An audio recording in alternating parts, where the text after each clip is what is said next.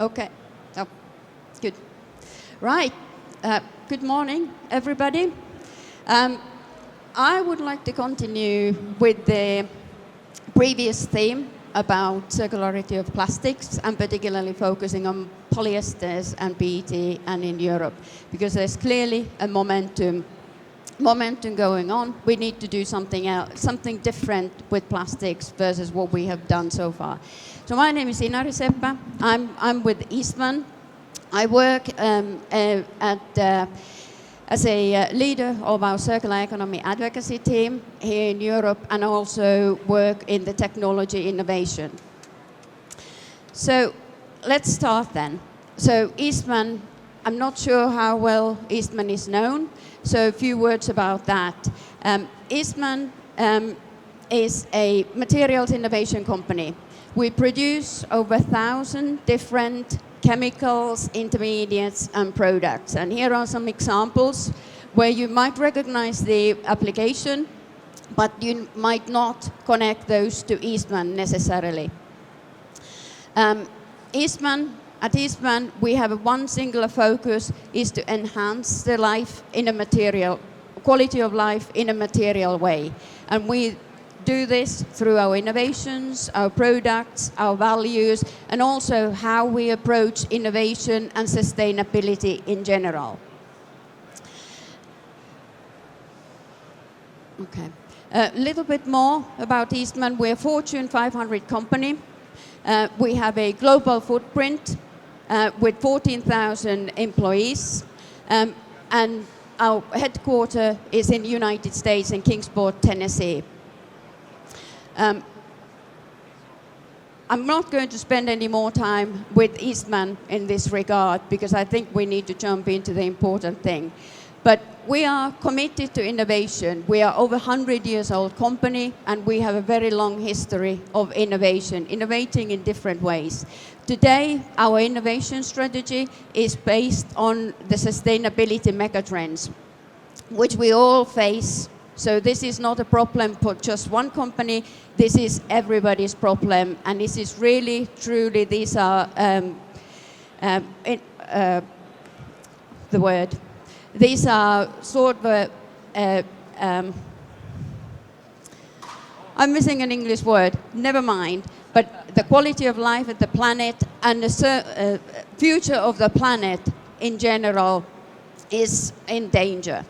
So we really, truly need to do something. And as Eastman, we are committed to tackling particularly the waste challenge, because there is more and more population in the globe, and also with that comes additional amounts of waste, and particularly plastics waste. So as Eastman, we have already made significant commitments to do something with the plastics waste. So we are heavily investing in molecular recycling technologies. Today, we have two technologies. So the previous session actually talked very much about pyrolysis, and we are not involved in that. We have two other technologies that we are already operating today at scale. So first one is carbon renewal technology. This is a technology which converts mixed plastics, so almost any plastics, including composites, into molecules, so really very basic chemistry building blocks, which we call syngas, and that then feeds into our integrated facility, where we can then produce intermediates and also products which we already make today. This process has been operational since 2019. So we have simply taken existing asset, replaced fossil feedstock with waste, which is, we talk about energy intensity. Yes, this process is very energy intensive, but it is operational anyway. And because we replaced some of the fossil feedstock with plastics waste, we can reduce the carbon emissions significantly. The other technology is polyester renewal technology, and that was mentioned very briefly in the previous discussion as well. There we have two technologies. We have glycolysis technology and we have methanolysis. Both, again, are operational at scale already. Again, beauty of these technologies is that they actually break down the plastics, polyester plastics in this case, back to molecules, very basic building blocks, which can then be put back together to make high quality plastics, which can be converted into high quality products. Commonality of these both technologies is that because we use plastics waste as a feedstock, we can operate with much lower emissions and still produce high quality virgin-like raw materials which we require to manufacture our high quality products. So these are really truly operating at scale. And I'll talk a little bit more about the polyester renewal technology in the context of circularity of polyesters in Europe. So the previous discussion really talked about, previous discussions, both sessions actually this morning were about circularity, circular economy of plastics, what can we do more, what is the role that recycling can play. Since we are exploring and investing in molecular recycling technologies, the investments and stakes are high, so we really wanted to understand, is there space for molecular level recycling, tackling plastics waste, and particularly in Europe. So what we did 2 years ago, we commissioned with our partner Interzero a study by Systemic to answer 3 questions. So how circular is the polyester system in Europe today? How circular could it be if it is not circular? And then how can we get there? So those 3 questions are very, very critical. And by the way, this study is a very detailed study with lots of assumptions, lots of technical information there. It's available from Systemic website. So anybody who's interested in this and the details, don't hesitate to go there. So how circular are we today? That was the first question. And we talk about polyester, PET, which is considered to be one of the most recyclable and recycled plastic today. The answer was, in Europe, it isn't very circular today. So recycling rates today are about 23%. Some statistics say they might be a couple of percentage units higher, but still there's a very little circulation going on. And the circularity and recycling is really with bottles. And there's still a lot of other polyester waste out there used for packaging, strapping, and obviously textiles, which is totally untapped waste raw material source or secondary raw material source that could be used to be kept in the economy. The second question, how circular could we get to if we got our act together? And the answer was, we could actually triple the recycling rates by really focusing on system change and really starting to put all the circularity levers together, which we have at our disposal. So we could accomplish 67% recycling rate just for polyesters. So what are the circularity levers? And how could we get there? So what are the details? So if you think about tripling the recycling rate, that is very, very significant. So it takes a lot. So thinking about what are our circularity levers, we need to remind ourselves about the waste hierarchy. Can we eliminate something? Can we reduce simply use? Can we reuse? And obviously, eventually, even reusable items become waste. What can we do with them? Can we recycle? So if we put all these things together, we could just by eliminating unnecessary plastics, and in this case polyester, and consider also reuse to replace the single-use items, about a third of potential plastics waste that would be there in 2040 could be eliminated. The important thing, as was mentioned in the previous session, is that chemical recycling for polyesters doesn't really exist at large scale yet in Europe. It's very insignificant, lots of mechanical recycling.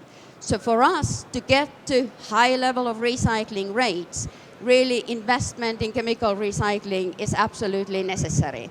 And the projection and the modeling that Systemic came up, it would be expected that in 20 years' time, the capacity of chemical recycling would be at the same level where mechanical recycling is today. The important thing, there was a question about the feedstock, competition of feedstock. It's also important to realize that because to reach the ambitious levels of recycling rate and eliminating the waste, the plastics going to landfill or incineration, mechanical recycling is expected to increase as well. That is very important to understand, because chemical recycling really is tapping different waste source as a primary feed, and that waste today in Europe is mainly incinerated. Some goes to landfill. In other parts of the world, a lot of that actually goes to landfill. So there's a huge amount of untapped plastic waste, polyester waste in this case, which could be used as a raw material. So the key message is that ambitions can be reached, technologies are there, but there are other things that have to happen as well and need to be taken into consideration. So all the circularity levers that are out there should work together. So do we really need molecular recycling? Because the question is, can we not just invest in mechanical recycling capacity and mechanically recycle a lot? Whilst we probably know mechanical recycling inside out, it's very common technology, very well established. There's also a realization that there are limitations. The technical limitations with mechanical recycling, how many times can you get the quality output that you would like to have? The other thing is the legal restrictions for mechanical recycling, particularly when we talk about contact-sensitive applications or food applications. So there are limitations. Therefore, we truly believe that there is a space for chemical recycling of polyesters as well. Because polyesters, chemical recycling of polyesters, those processes can take any waste. As long as it's polyester rich, it can be inserted into the system, broken down back to molecule level, which in turn eliminates all the undesirable additives and other impurities. And then you have the virgin-like basic building blocks, which you can put back to high quality outputs. So we truly believe that chemical recycling is a very important complement, even with polyesters, as we work towards a circular economy in this space. So to summarize, I'm really going very fast through this. To summarize, if we just continue doing what we have done so far, the scenario one, if we don't do anything else other than this, we will stagnate at a certain level. Recycling rates will stagnate. There's still large amounts of valuable resource going into incineration, basically being wasted. And recycled materials that market demands probably won't be available there, available to everybody. We can do incremental things. We can introduce elimination, reuse, and other circularity levers, continue investing in mechanical recycling. That will improve the situation, but still, there is a scenario that actually is very ambitious, but achievable as well, if we embrace all the recycling technologies. So 67% of recycling rate for polyesters is possible, which is something that is in the EU legislation as a target for recycling rates. Not to talk about then having recycled PET with recycled content available as well to meet the market demand. That will be there. And obviously, once we implement all the circularity levers, we can also reduce the carbon footprint and greenhouse gas emissions from the operations that we have ongoing today.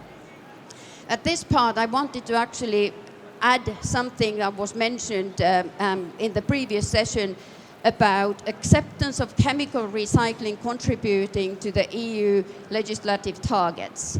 Now, it is very clear, Commission has said many times, the definition in Europe of recycling is technology neutral. It simply says recycling is any recovery operation which converts waste to products, substances, or materials.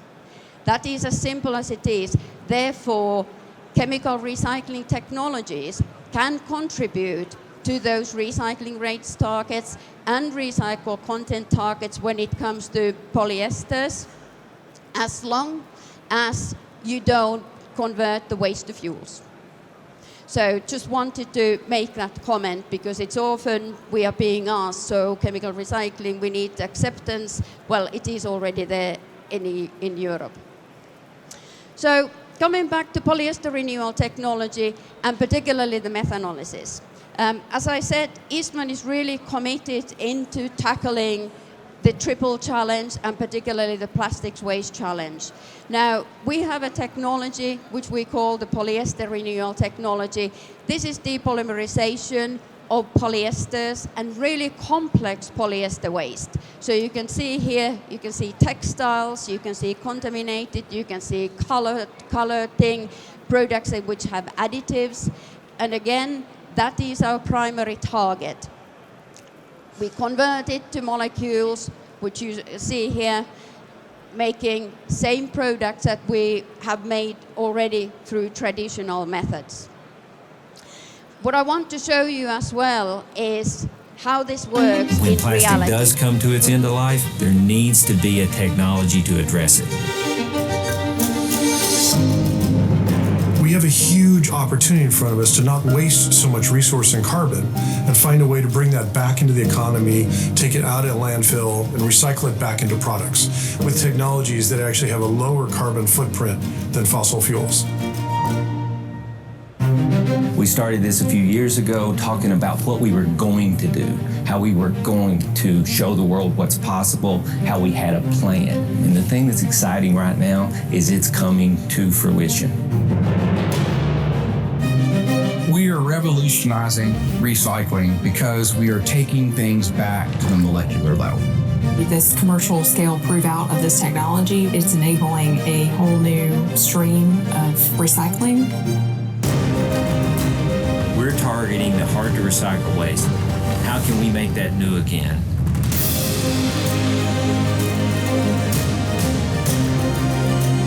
And so this isn't something that's, 5 years out, 10 years out. This is something we've known how to do before, and we're doing it. We're focused on how to reuse that plastic over and over again. Our technologies also have infinite recycling like aluminum, so there's no limit to where we can take this.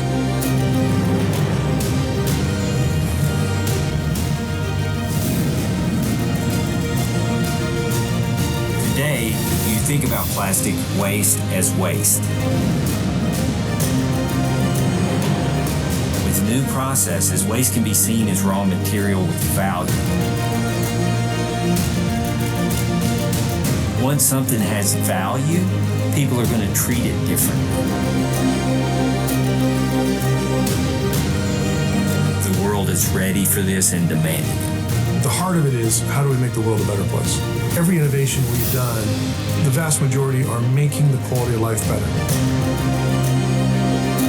I'm fueled by this new paradigm that I'm going to work to literally work on changing the world. And that's an awesome feeling. Material plastic can have value. It can be made new again. It's not too futuristic. We're showing the world that we can do it.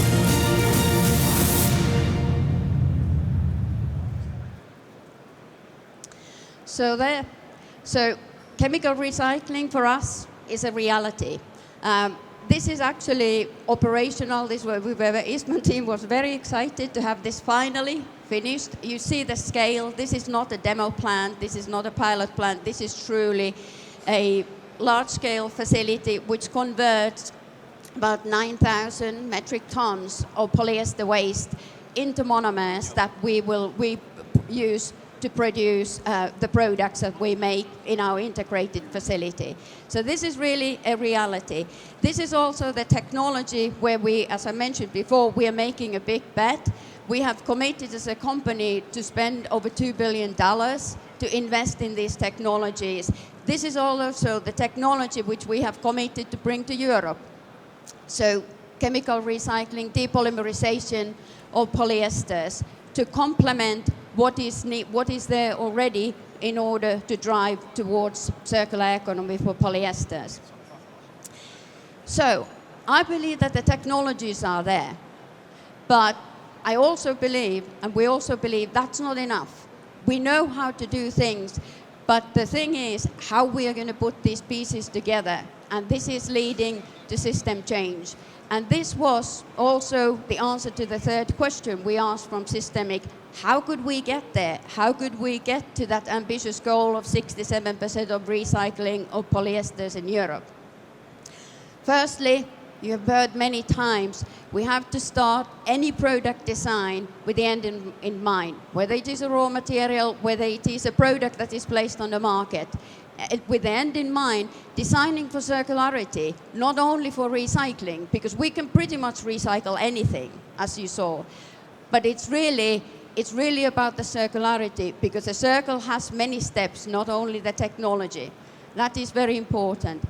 Also, do we need everything we have today at our disposal? Consumption reduction. Can we do more reuse? Can we tackle the fast fashion? That's going to be a challenge with young ladies particularly. But still, that is a consideration. Something that is often forgotten is the infrastructure, and that was also mentioned here. The collection and the sorting to ensure that the waste that is going out there or is getting any product that ends up as waste, that it is actually collected to somewhere where it will be sorted and it will end up somewhere in a recycling facility where it can be dealt with the most economical manner. And that is something where we are strongly believing that it is lacking in many parts of the world. Collection is easy, but then it comes to a little bit detail. How do you collect? How do you sort? Who sorts? Because there is an expense there. There is a change of paradigm. Also, as consumers, we will probably start seeing going forward different things when it comes to where we are expected to put our waste. And not to forget about, we need to continue innovating recycling technologies, scaling up any ideas, any chemical recycling facilities that are already out there in Europe, already at a sort of a pilot scale, but also embracing the new large-scale facilities that are coming there. In addition, we must continue investing in mechanical recycling, because that is often the best way of dealing with certain types of waste streams. So, system change. That is really necessary. Just system thinking is really necessary.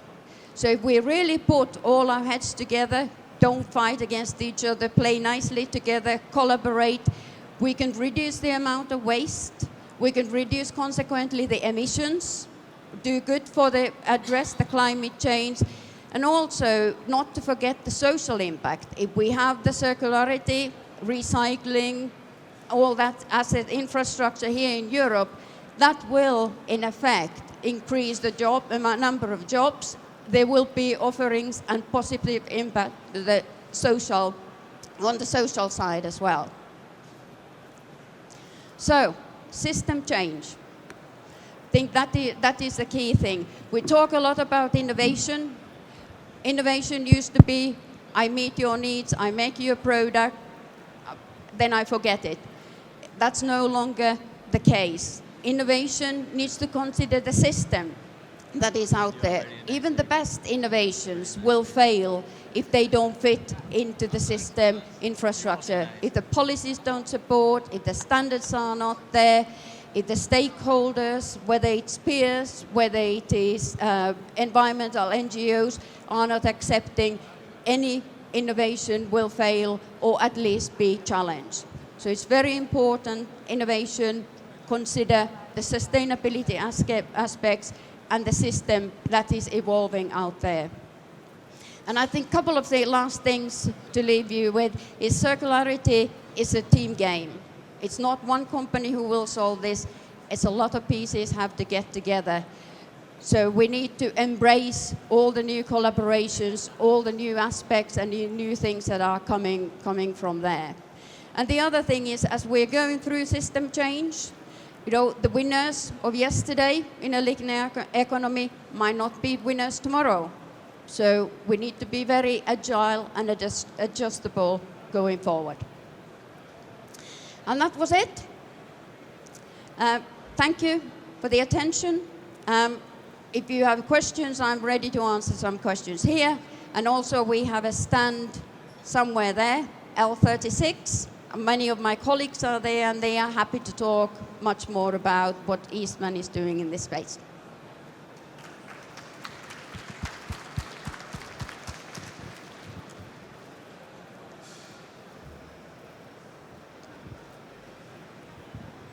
Hi, my name is Domenico La Camera from WBCSD. Question is, how much do you see the brand owner cooperating in creating a system solution, especially designed for circularity? Do you as Eastman see a pull from them, potential collaboration? Just a curiosity. Yes, absolutely, and that's very important. That is, the collaboration with the value chain. There are several brands who are very excited about something like this, giving a little bit more flexibility in the design and material choices, because there is another way of recycling and bringing the material back to circulation other than mechanical recycling.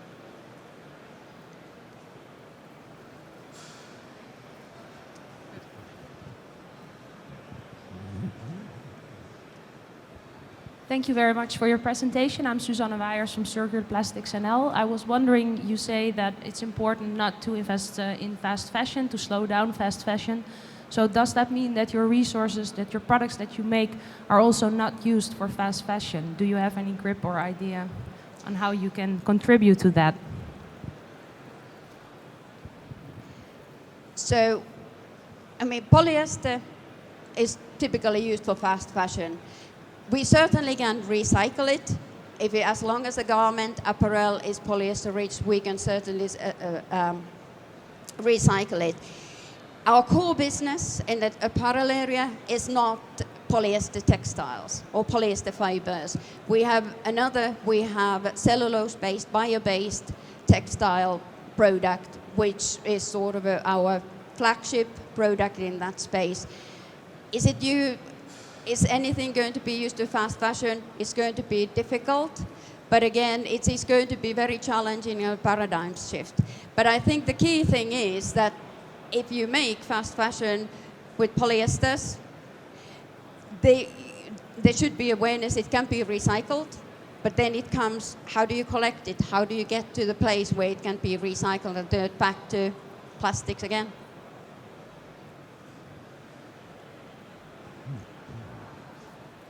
Hello. Hello. Thanks for your presentation.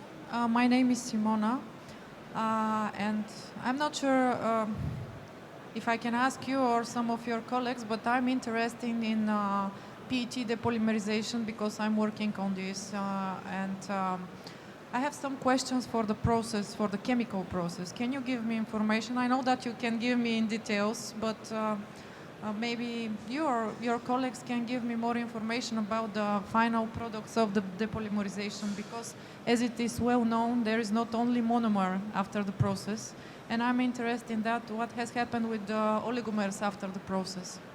Yeah. You can come and see me. I'll be at the stand Okay. there. I'm more Okay. than happy to talk a little bit more, because we actually unusually have been very transparent about this. And again, in depolymerization, you might have picked up that we have two technologies. We have the glycolysis and methanolysis. There's a big difference there.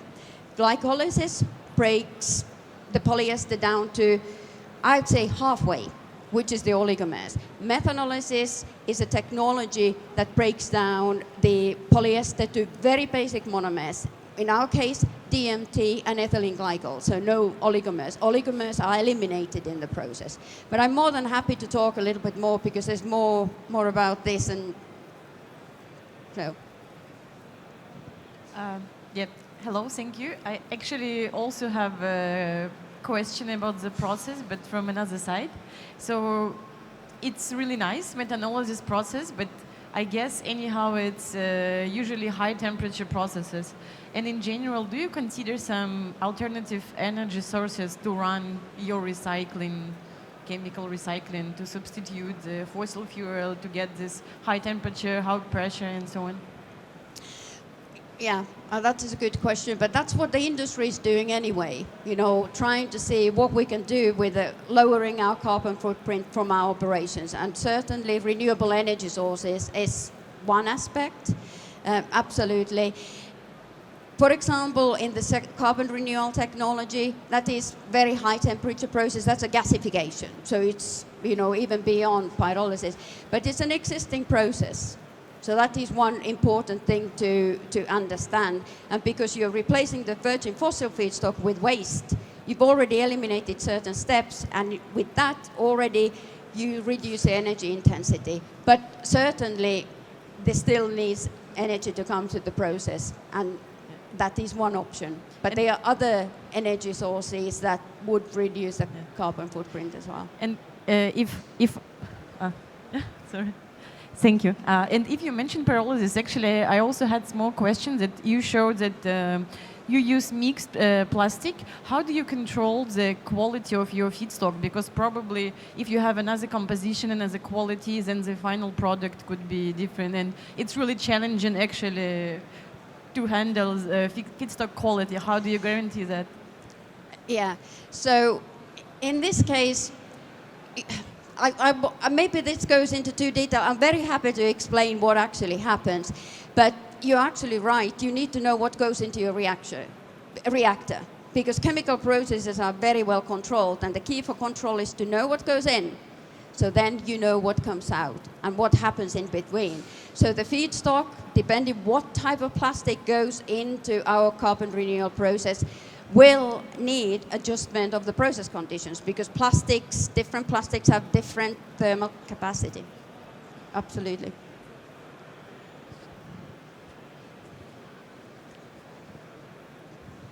Maurits Boeje, Circular Plastics NL. Thank you for a nice presentation and showing the new plants.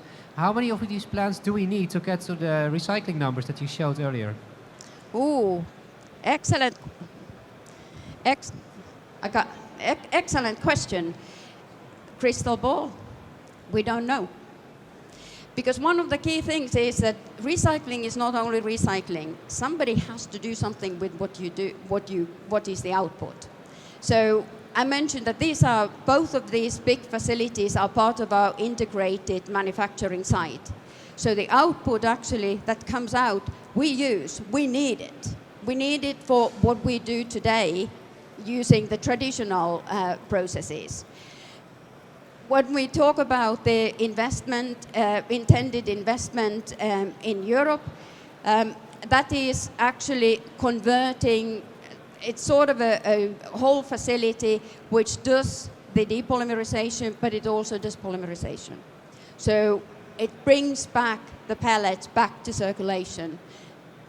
Different applications maybe than what the input is, but nevertheless, the choice is there.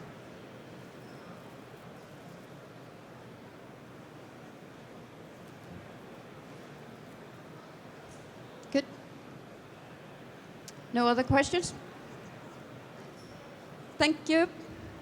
Really appreciate the questions.